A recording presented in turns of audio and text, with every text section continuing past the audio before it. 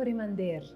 سالم كوريماندير، يا مرحبا الساعة فاين دايننج، حلقة جديدة من المأدبة الفاخرة من قلب دبي وبجانب المركز التجاري العالمي مطعم بيسترو آمارا. ليش رحبنا بالكازاخستاني؟ لأن سنشق طريق الحرير اليوم عبر هذه الحلقة.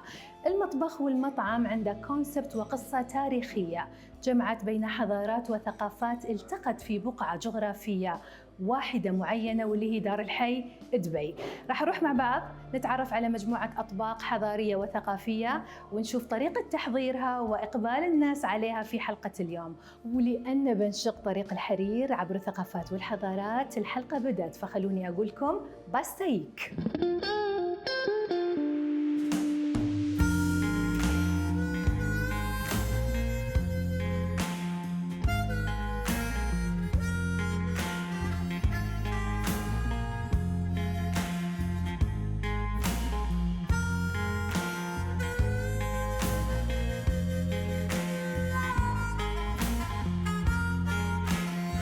مساء الخير. مساء النور.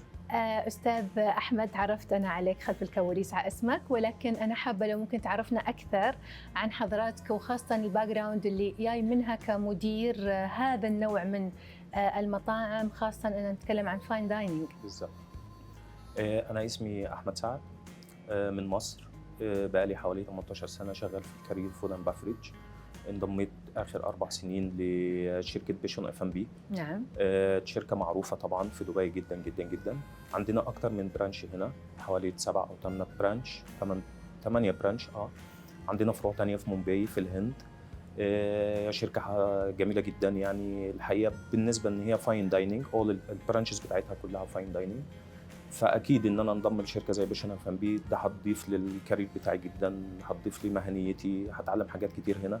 الحقيقة أنا ابتديت معاهم مش مدير، ابتديت كأسيستنت مانجر، وجيت هنا لبيسترو آمارا أكون المانجر لبيسترو آمارا، وأنا شاكر جدا لثقتهم فيها، ده أكيد طبعا يعني. بالتوفيق يا رب.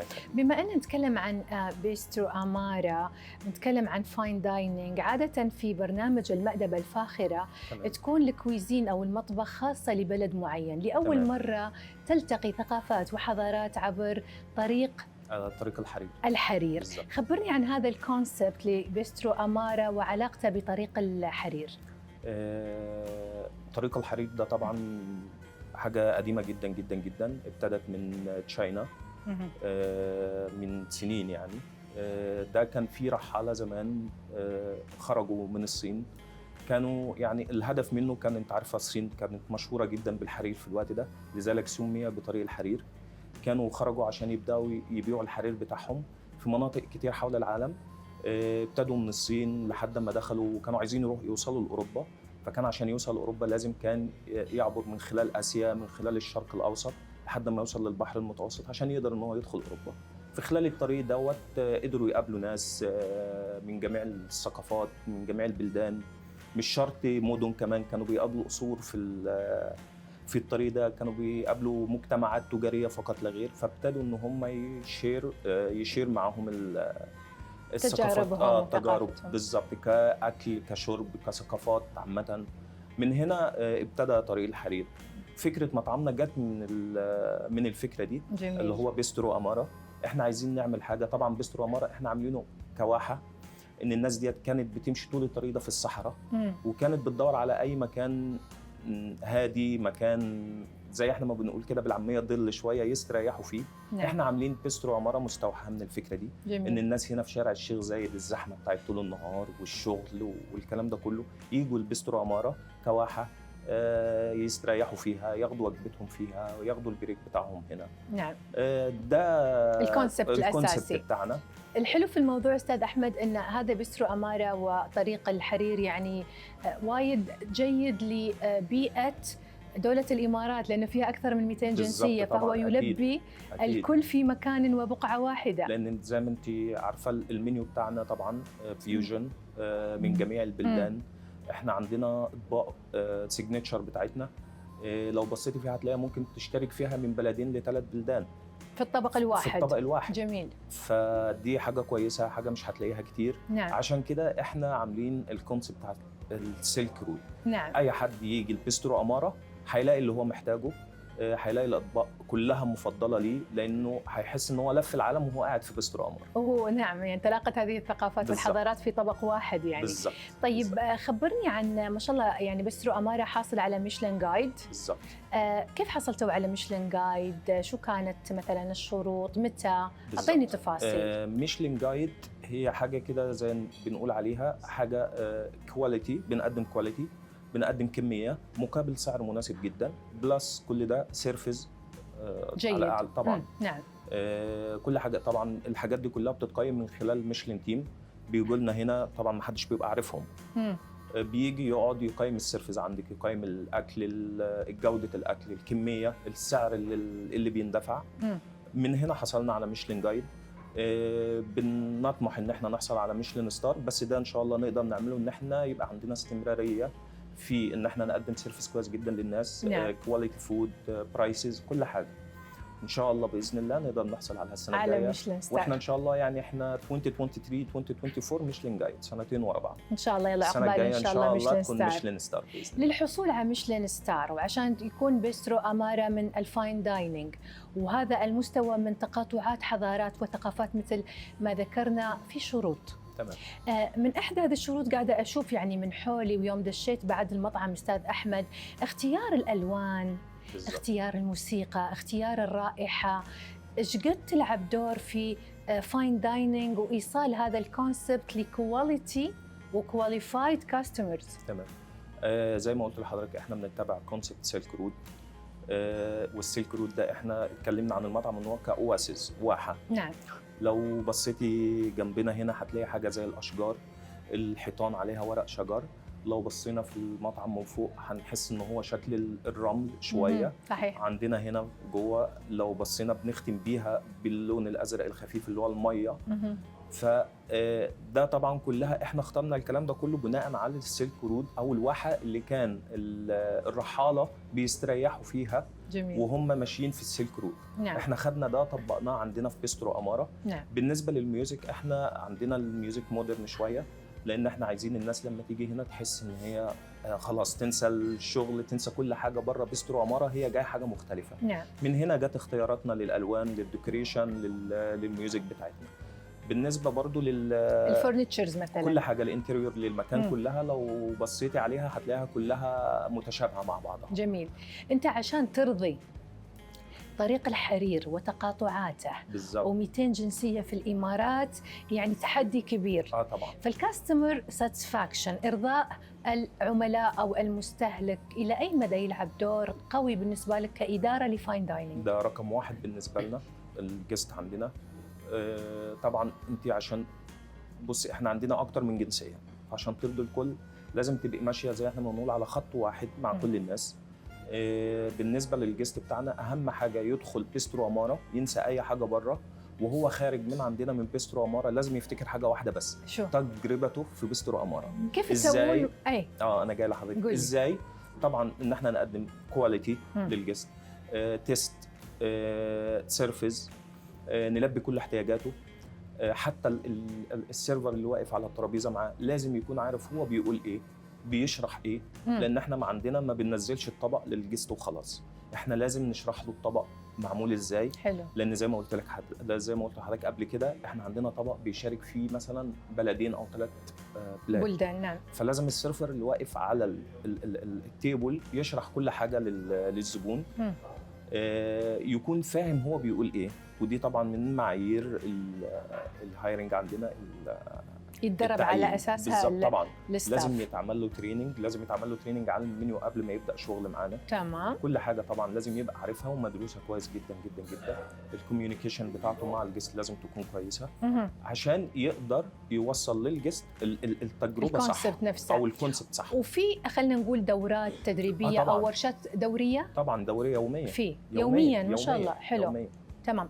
طيب اذا بنتكلم عن الكاستمر ساتسفاكشن، وقلت ان انتم هدفكم ارضاء الاخر، واكيد تمشون مع قاعده المستهلك على حق ولو كان طبعًا. مخطئ. طبعا. طيب الفولو اب، تمام. الفيدباك، الريفيوز، الورد اوف ماوث، نتكلم الحين ماركتينج للحفاظ على الفاين دايننج سبيشالي بعد حصولكم على الميشلان جايد وسعيكم للحصول على ميشلان ستار. كيف تصير عمليه الفولو اب استاذ احمد؟ الفولو اب بتتم من خلالنا احنا كمانجرز، من خلال ان احنا في الاوبريشن موجودين.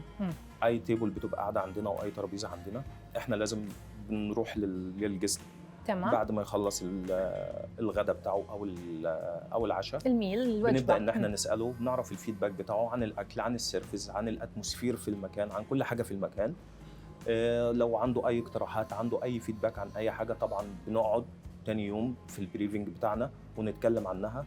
ولو احنا شايفين ان الحاجه دي ممكن نطورها للاحسن او ان احنا نعمل احسن من كده، طبعا مفيش كلام، بنعمل كده. نعم. يعني احنا دايما بنتناقش مع بعض فيما يخص الكاستمر ورضائه. طبعا استاذ احمد، نحن في دبي بالزبط. وهي من يعني اعظم واكبر المناطق والمدن السياحيه عالميا. طبعا هذه ايجابيه، ولكن عندها تحديات ان المنافسه عاليه. اكيد. في دبي يعني مطعم عداله مطعم، فاين دايننج عداله فاين دايننج، فنتكلم عن موائد فاخره وليس فقط مائده. بالزبط. فكيف بعد تحافظون على المستوى والكواليتي لبيسترو اماره في ارضيه وبنيه تحتيه تنافسيه عاليه؟ بص حضرتك، هو اهم حاجه في اللي بتتكلمي عنه الاستمراريه. نعم. انك تكوني موجوده نمبر 1، لازم يكون عندك استمراريه، لازم دايما تطمحي ان انت توصلي لرقم 1. اكيد طبعا. ازاي هنوصل للكلام ده، او ازاي ان احنا هيبقى عندنا استمراريه؟ من خلال ارضاء العملاء بتاعتنا. صح. ان احنا لما نرضي العملاء بتاعتنا هيبقى في جود ريفيوز عننا، وورد اوف ماوث مع ناس كتير. هتبدا الناس تخرج من عندي من بيسترو اماره تتكلم عني وعن التجربه اللي حصلت بيها جوه بيسترو اماره.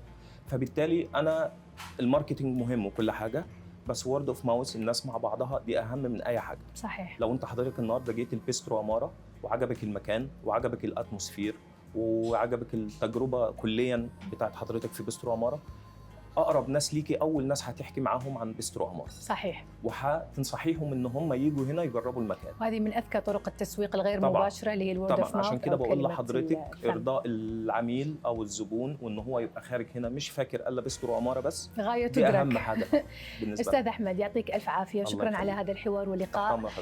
هذه كانت البدايه، بس بعد الحين بروح بتعرف على الشيف وبسأل عنه أكثر، وراح أشوف شو الأطباق اللي راح نحضرها معاه في حلقة اليوم. فشكرا لك مرة أخرى، والحين بنشوف الشيف والمطبخ. شكرا لك. شكرا.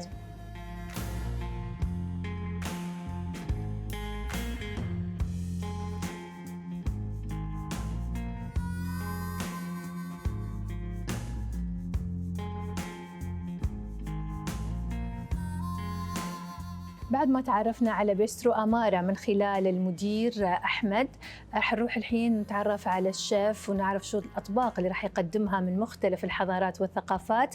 راح نمر مرور جميل على طريق الحرير، بس بعد هذا الفاصل.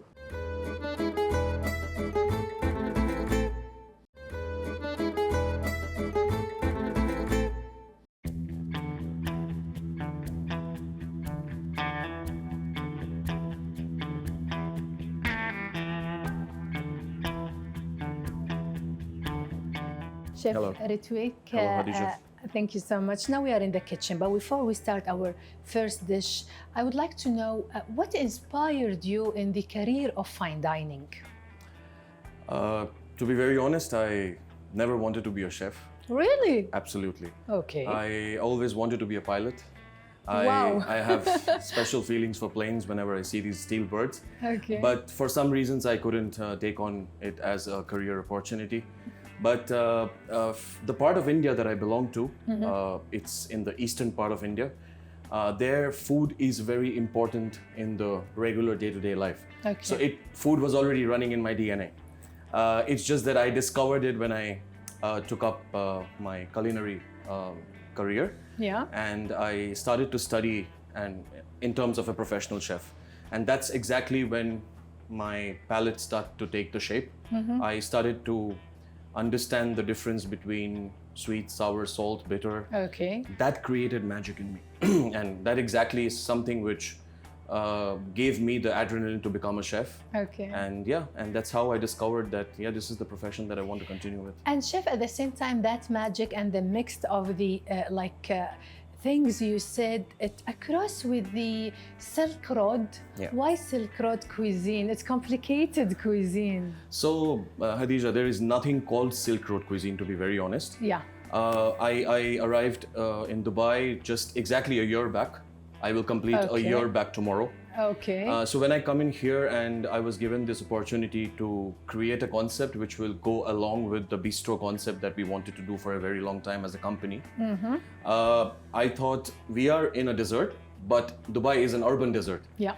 And when we thought about dessert, the first thing which came into my mind was, I love history in general. Okay. And history, culture, it really reflects on the kind of food that you do because you understand your roots and cuisine. So when I traveled back here and I said, this is the urban desert, what would people do when they travel in desert for a long time? That is exactly when the Silk Road came into my thoughts. And the fact that Silk Road was never done as a concept before in Dubai, so that was something which is a USP. New. So urban desert, Silk Road, people traveling with caravans, they were completing the journey months after long journees. Yeah. And where would they stop in a desert to rest? That's an oasis. Okay. So oasis is the only place in the desert which is the fertile land, which has water, which has lots of greenery and trees. And of course, desert, it's sand. So even if you saw the restaurant outside, Yeah. the colors are based on sand, water, and trees. Yeah, we noticed. So the idea was that when people were traveling from one place to another, Silk Road was always considered as a trade route. So, but the trade was happening for different kind of things, but also the culture and the history was being shared from one part of the world to another. Nice. That's how probably the noodles in China became pasta in Italy. Yeah. And that led us to think that why can't we do something wherein we need to be creative and innovative in today's Dubai space, which is a melting pot of cultures. You have people from all the nationalities. True. And and basically give something good and unique, Nice. which people can really enjoy. And the Silk Road, because it's a unique concept and is. also it's a broad perspective. Yeah. So if you see the whole Silk Road, we cover Asia, we cover India, and the Middle East. Yeah. So being in Middle East, giving people the flavors with a twist of Indian, Asian, and Middle Eastern cuisine. Nice. I think we cannot talk of a better cuisine So than we're that. talking about the Silk Road, like more than 36 countries. Absolutely. Across cultures. Absolutely. What we're gonna go now for the first dish, in which culture we are standing? So when we thought of the menu, Yeah. we did not just pick up dishes from each country and put it in the menu. We took concepts from different places, Okay. and then we tried to give it the twist with the flavors and understanding of how my culinary career also shaped, getting kind of different influences over a period of 15 years that have gathered. So the first dish that we are going to do is out of salmon. Okay. We use a grade A Norwegian salmon. Okay. Has the perfect balance of flavor and fat. So this is raw fish, kind of a style of a ceviche, but with a twist not only of a ceviche, but here we try to give it the twist. So we use marination here, which is out of passion fruit, fresh passion fruit. We use kumquat. Kumquat is the only orange in the world which you can have with the skin. It has a very nice citrus, sweet and sour note. From where? Kumquat comes from the Asian part. Okay. Right? So these are oranges, small. You can just pop it up and Okay. you just enjoy the whole citrusy flavor. And we use two kinds of cream here. So these are the flavor carriers in the whole salmon dish. We use a carrot cream and a beetroot cream with a mango and passion gel. Lovely. And as we all know that a ceviche needs a good acid Yeah. and olive oil. Okay. So we created the acid medium. We are going to serve this with a marination that we created with mangosteen. Okay. In India, we call it kokum. So the mangosteen fruit, the outer dried part, we add it into the ponzu. We serve it with a ponzu sauce, which is made out of kokum. Chef, we can start, Yes. and during preparation you can explain. Sure. If you want, please. Absolutely. This is our first dish. This is our first dish. the cold one. The cold one. That's correct. Salmon. So we take the salmon. Okay. In this dish, we keep a very important thing to note, that the quality of the salmon should be very fresh. Okay. And the fat to meat ratio is something which is very important. So we don't do anything with the salmon, because all the salt and citrus and acid is going to come through all the marinations that we have. Okay. Right. Then we have our first cream. About the marination, you told me you like prepare like the sauces before 12 to 24 hours Absolutely. Yeah. So for example, we use a Japanese ponzu here.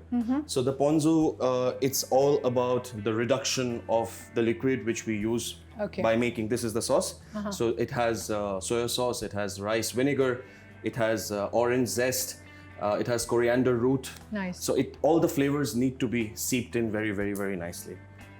The second ingredient that we use is the beetroot cream. So salmon, beetroot and carrot, these are classic marriages. In technicality, we call it classic marriage. Then we are going to add some, this is the fresh passion fruit, you can see. Yeah. So we just scooped out the passion fruit here. Okay. It's fresh, and we give it with the seed, because the seed creates a very nice texture. It's crispy.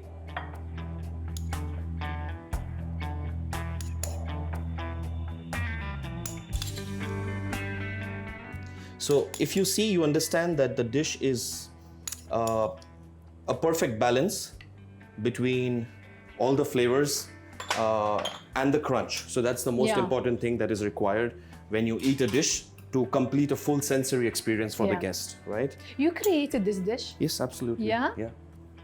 So you have the like authority or the power here as a chef to create new dishes from like multicultural backgrounds?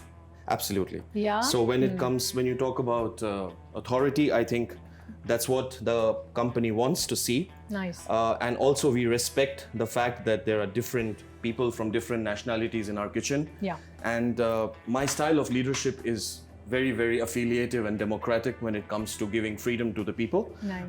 To create the dishes. So we respect all of these things, and of course the freedom is always there to create the dishes, to create these sensory experiences. It seems also the freedom, it's in your DNA. Yeah, you can say that. You can say that. Okay, and now? And now we place these are nasturtium leaves. Okay. These are edible leaves of a flower. It's called nasturtium. It's very peppery. Okay. It has a very nice aftertaste. So this also completes the whole dish. So no spices on the top, chef, for No this spices dish. on the top Okay. yet. Yet. You will just have to wait a little bit. Yeah. Looks very nice. Thank you. And for the garnish, we also use a red vein sorrel.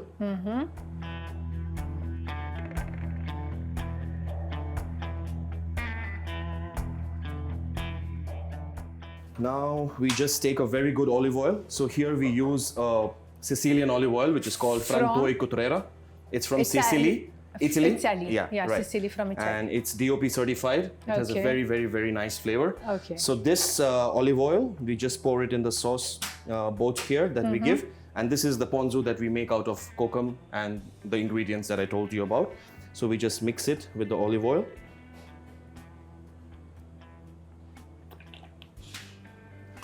We add a little bit more of the passion fruit. It's my favorite ingredient, one of my favorite ingredients. I love passion fruit. Yeah. So it just exactly goes like this. And then in front of the guest on the table, we just do the pouring. Okay. So you see, we still didn't pour anything on top of the salmon. True. Because it's very important that we don't hide the flavor, because we use a very good quality salmon. So we want the people to taste the salmon, and with the sauce, it does not create a very, like, not a monotonous flavor. The salmon from the sea. Yeah, this is Norwegian salmon. Okay. Yeah, absolutely.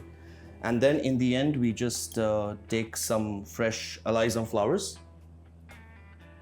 Lovely. These are all edible flowers. Yeah.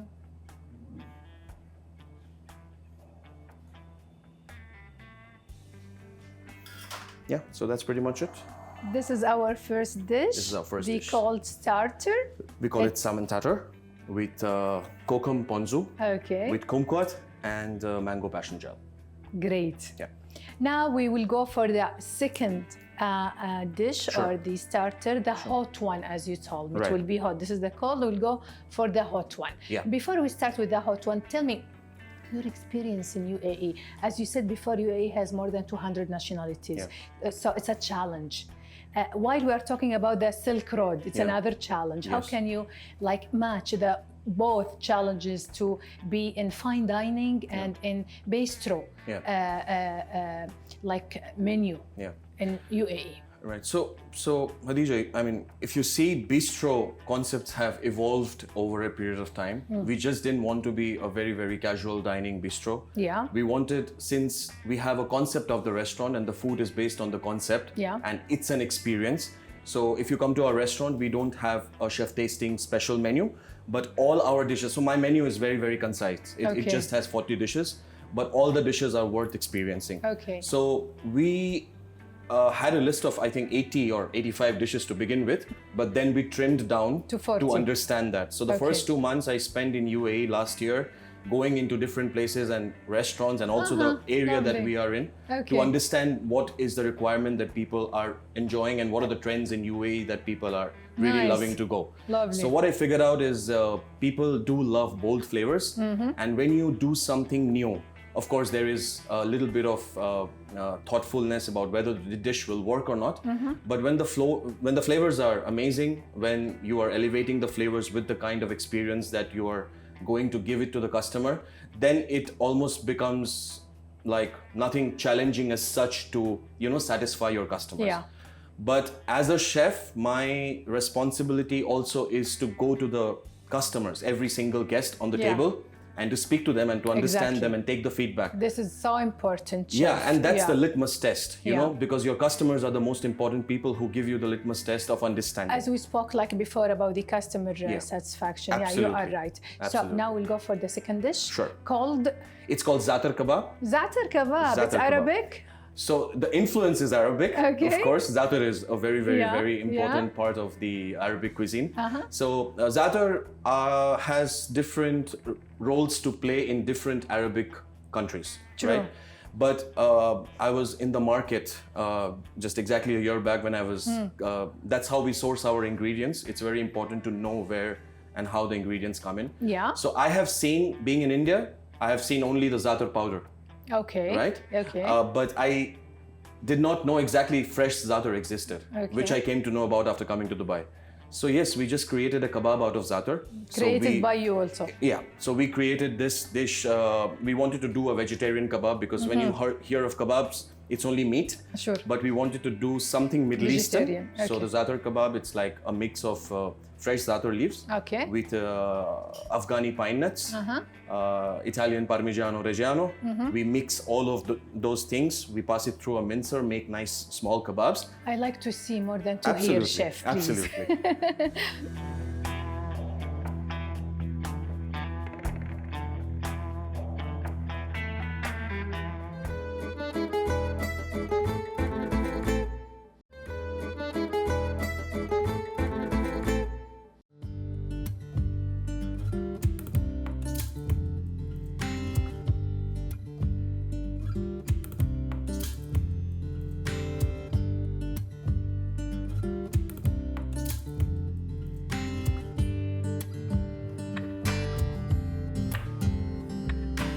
So Chef Ritwik will go now for the second dish, the cold one, the Za'atar kebab. Yeah. While we are preparing, tell me more about it and I will ask you a question. So shall we start with it, please? Yeah, sure. Yeah. So if you see, we chose, as I told you when I was telling you about the dish, so we chose Za'atar because I really love the fact that we have fresh Za'atar available in the market. Yeah.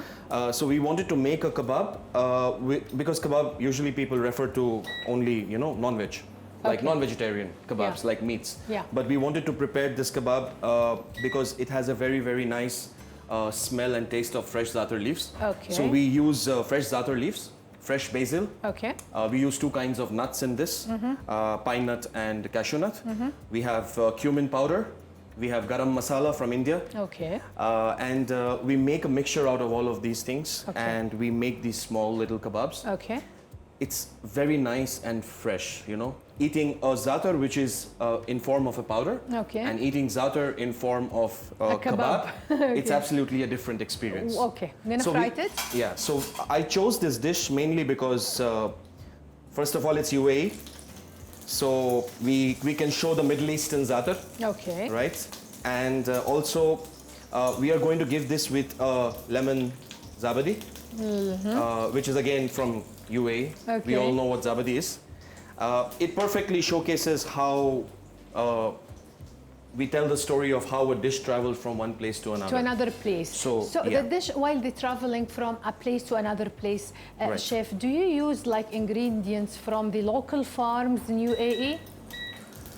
So we are very careful about what we choose as an ingredient. Okay. Sometimes farms, yes, we are Yeah. affiliated to a lot of sourcing farms, which are, so you can see the candied beetroots, Yeah. all the mixed flowers, the pea shoots, the tomatoes. Yeah. This all come from local farms. We Local don't buy farms in import. UAE. Absolutely. Great. And Dubai is a place where you name it and you have it. Yeah. And the best part about Dubai, as the government has taken all these initiatives to give the sustainable programs, to Sure. give, you know, the chances Yeah, to the and the local support, things. of course. So, of course, it helps a lot for us. Nice. Yeah. How long it gonna take the kebab? So, it's just the kebab, usually we do it on a very, very, very low heat. Okay. Because it has parmesan and nuts, so it becomes a little hard. Okay. But the key to this is searing it very, very, very slowly, Okay. so that inside it becomes melt in the mouth, and also it should form a little crust on the top. Okay. Yeah. While the kebabs are While searing, the kebabs- so we will. Prepare the plate. Presentation, it's important, chef. Very, very important. I mean, presentation is one of the key factors because that also speaks about how a dish travels to the customer in the beginning. Yeah. And the customer is going to eat the food with the eyes first. Sure, So it should 100%. taste good, it should look good. All of these things are very, very Smell important. good. Smell good. Because I can smell the kebab already. Right. We put za'atar on this the is top. za'atar on top. Okay. Okay. Now to give a little bit of mix, we use a peri-peri and a garam masala. So we are going to give a little bit touch. It elevates the flavor of the dish. From India. From India. Okay. Peri-peri is not Indian, it's African. African. North Africa. But we mix this peri-peri with garam masala. So Okay. it gives a nice flavor. So whatever you have in the marination here, it all comes inside.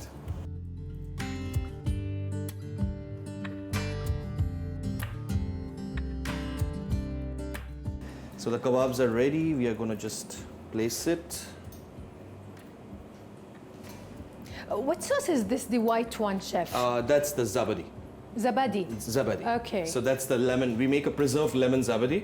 We pickle the lemon, and then we pickle it for almost 2 weeks. Well, mashallah. Yeah. And then Okay. the lemons are pickled, and after that we kind of chop it up and mix Okay. it up with the zabadi. Now we are going to top it up with olive pickle. So Okay. it's also called tapenade. Tapenade is a mix of olive with fish anchovies. Homemade? Homemade. We take two kinds of olives, green and black. But here we made the vegetarian version, not with the anchovy, because this is a vegetarian dish. Sure. So again, it gives a nice, very, very, very nice hint of sourness from the dish. So you understand, the zabadi is nice and creamy. The Yeah. za'atar and the peri-peri is nice and flavorful. Then the whole crust of the kebab on top. It's the whole sensory experience which comes in when we True. talk about that whole thing. I see you are cooking and preparing like from your heart, actually. Yani, the feeling, I can touch it even. So if I want to ask you about the most dish you are proud of, which one? While you are smiling now. So Hadija, I think over the last 15 years, there are so many dishes which I can say I'm proud of. But to be Okay. very precise, Please. as of now, because we are in Bistro Amara, Yeah. there is a dish called seafood bouillabaisse, Okay. the French bouillabaisse. Okay. Seafood bouillabaisse malai curry. Okay. So here I kind of created this. This dish is my grandma's specialty. Your grandma. The Malai curry from India. Okay. I have eaten it all my childhood. It's a curry which is made out of the head of the prawns and lobsters. Okay. Only the head? With Indian, only the head. Okay. And the meat is reserved for later, which goes into the gravy. So we created this dish wherein Malai curry acts as the sauce, and we give it in form of a French bouillabaisse. Okay. And we serve it with jasmine rice, which is from Thailand. Okay. And on top we have a furikake, which is Japanese. Silk Road. Silk Road. So you complete. So you see each and every Yeah, dish. yeah. It's very important that we selected all of these ingredients and Lovely. the concepts to talk about all of these things. That's the most important part. Our Za'atar kebab almost done. Almost done. It's ready to go. That's how we present it in the restaurant. So Za'atar kebab with olive pickle, zabadi, and peri peri. Lovely. Looks amazing. Thank you. Chef, what about we'll go now for the third dish? Sure. Which is the main course. It's the main course. So again, we are going to do a gnocchi. A gnocchi. Yeah. Italian Okay. gnocchi with butternut squash and persimmons. Let's go. All right.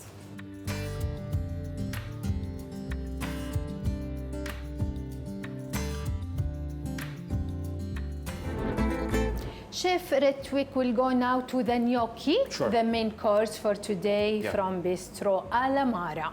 Let's go. So the next dish is the main course. It's one of the very much loved dishes in our menu. It's a vegetarian dish. Again. From? So again, there is no from because it's Silk Road. From So, many. So gnocchi, as we all know, it's a potato dumpling which is made with Parmesan cheese, Okay. salt, flour, and it's Italian, of course. Italian, okay. And we wanted to do this dish with a butternut squash, Okay. which is a form of a pumpkin. Okay. So we roast the butternut squash at a very low temperature for a very long time, and then we puree it. So we get a very nice velvety, silky cream. Okay. The sauce is this, and it's flavored with different spices.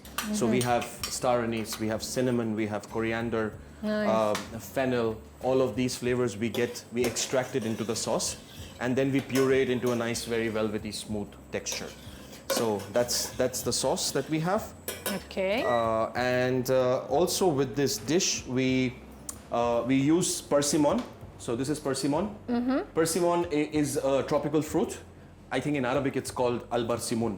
Barsimuna. Al-barsimuna. So very nice fruit. Okay. And the good part about this is it takes in the flavor very, very, very nicely. Okay. So we marinate this in passion fruit juice Lovely. for more than 24 hours. We vacuum pack it. Okay. And so the persimmon, it's actually like you're eating a persimmon, but you're getting the taste of a passion fruit. That's a magic. So that's the sensory experience that Okay. we really want to create. Okay. And also in this dish we have edamame beans. Okay. Japanese edamame, Yeah. nasturtium leaf for garnish, and also if you can see here, this is the skin of the pumpkin. So we thinly slice Okay. it, and we make it and shape it into a pasta, Okay. and we fill it with cheese. It takes time, the preparation and course, the of course. generation, like we were talking about 12 to 24 hours. Yeah. This leads me to ask you, in the peak hour Right. of the restaurant, Right. how can you handle it? How do you control the peak time with a lot of customers to prepare all the dishes? So absolutely right. So we have budgets, we have limitations of the number of staffs that we can keep, but also that we know our peak times, Yeah, when it's going to be So you got busy. prepared. So we prepare things accordingly and keep. Okay. But of course, the final cooking is done only when we receive the orders. Sure, to be fresh. Yes. Yeah. And for example, the gnocchi. Of course, we have to make the gnocchi and keep it. Okay. So we make the gnocchi for a day, Uh-huh. and by the end of the day, we throw it out. Again, the next day, we prep it. So Great. also depends on the reservations. So we control it with the budgeted stuff accordingly, and also knowing the technique, what is required to prepare the dish. Great. Right? And now?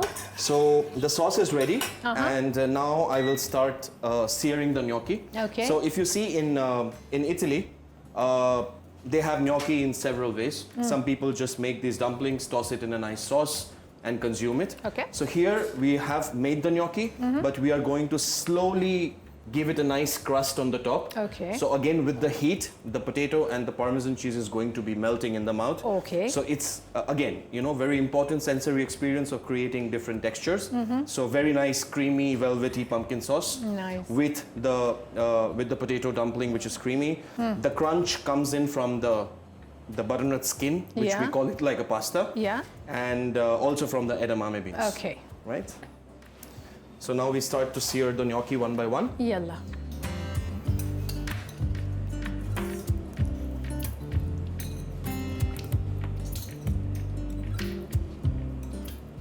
Do you train your staff, chef, according to all those details you mentioned?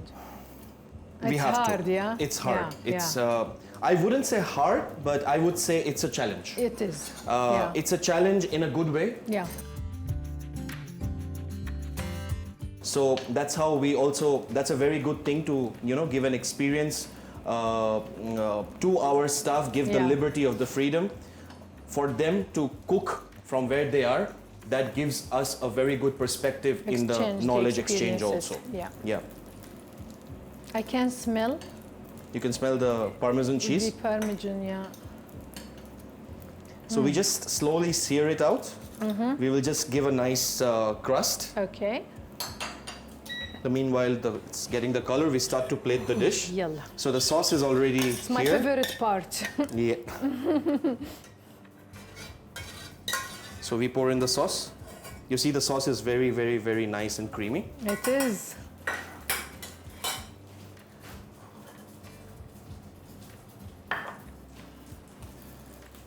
You have sometimes like personalities of customers are difficult or complicated, you know, they are picky, details. How do you deal with them? As they say in Arabic, wallah, very difficult, very, very difficult. But you know, that's the good part, because we always say, in our industry, we always say that the customer is always right. Yeah. When we say that, it means that we respect them a lot, in the fact that sometimes what happens is, some people, they might not like something what is being prepared by me. That doesn't mean that the dish is bad or good. No, it's about just taste. the opinion and the taste. Yeah. So we respect that, and we in my restaurant, it's always the protocol. It's said by me. If a customer does not like something, I take it away from him. I don't charge him the bill for that. Okay. Because it's also respecting the fact that you liked something or not, so that you have to build the trust with your customer. Once you do that, after that, you suggest him whatever he is ready to eat. It's a smart way of marketing also. It's a smart way of marketing, and the most important thing is to give the respect to the person whether he likes something or not. Of course. And sometimes just reading the menu he might not understand. Yeah. So we respect that fact as well.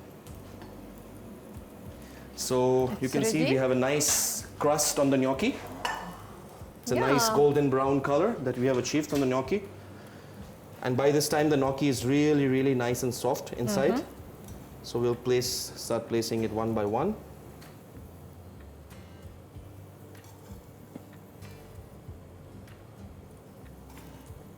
This dish is, you know, one of my favorite dishes as well in the vegetarian course. The gnocchi, because of the kind of flavors that we achieve through different ingredients that we use. That's the most important part. You know, in the end, we'll finish all these dishes, chefs. I will give it a try. Absolutely, you know? absolutely. And I will tell you my opinion. Yes, I would love to hear that.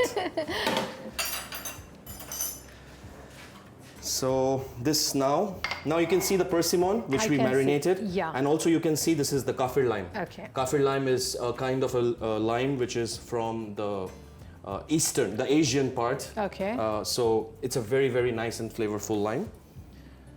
So, you know, when the dish goes to this customer, I myself or the server, whoever is going to the table, we always suggest the people to take every single bite of gnocchi with the persimmon and all the flavors together. Okay. That gives the whole, very, very important. That gives the whole texture to the whole dish. That leads me to ask you, there is like a technique or a specific way to eat the dishes from Silk Road. It affects the taste, it affects the combination of the ingredients. Yeah. In a way, Khadija, you're right. But for example, none of these dishes were created long time back. So they are all created here. Okay. So it's our responsibility to educate the customer how we want them to eat. So for example, there are dishes in my menu which looks like a taco, but it's not a taco. Okay. But I go to the table and I say, just pick it up and finish it in 2 bites. Okay. So it's important for them to finish it in 2 bites, Okay. for them to get the whole experience of what was going in my The mind. concept itself, yeah. finish the yeah. dish. Like the kebab. Like the It kebab. seems like a kebab, but it's not a kebab. It's a Za'atar kebab. Exactly. Okay. Exactly. I think we are almost there. We are almost there. Just garnishing it with some nasturtium leaves.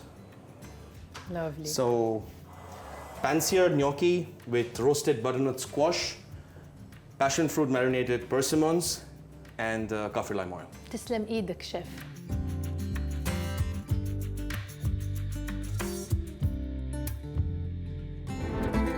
And now from this atmosphere, we're gonna go to the mango sphere, Right. our last dish, the sweet. Please, chef, if we can start and you tell us about it. All right, that's a grand finale, as I said. So this is a mango sphere.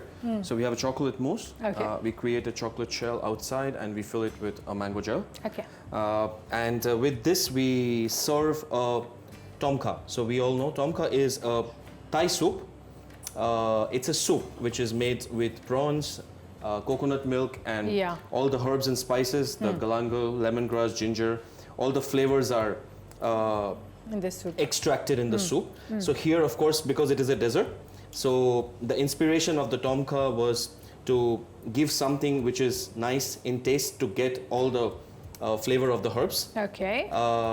So we thought of extracting the flavors of the herb in the coconut milk. So first we will place the mango gel. Mango sphere. Mango sphere in this atmosphere. I liked it. This dessert is really, really liked by Okay. all our customers.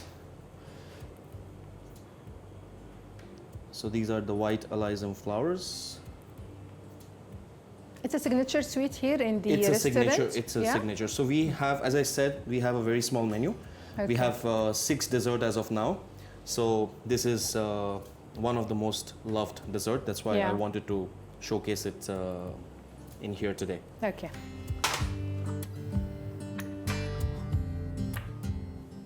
We have the nasturtium leaves on top.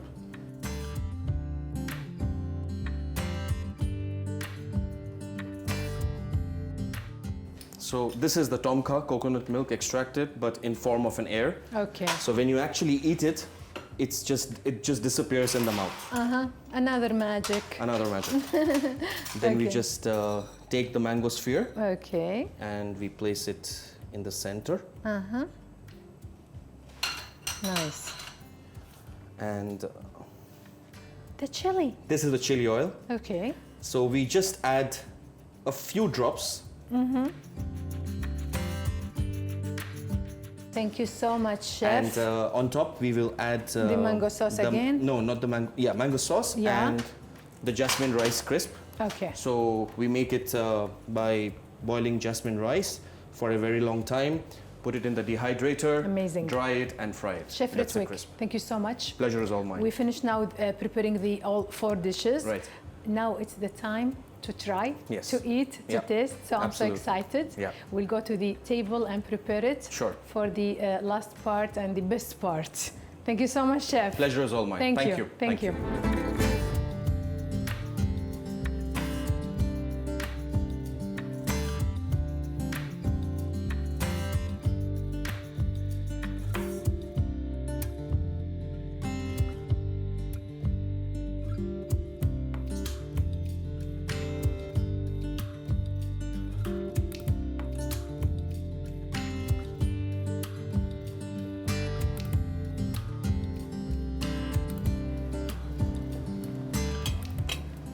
Khadija, how is everything?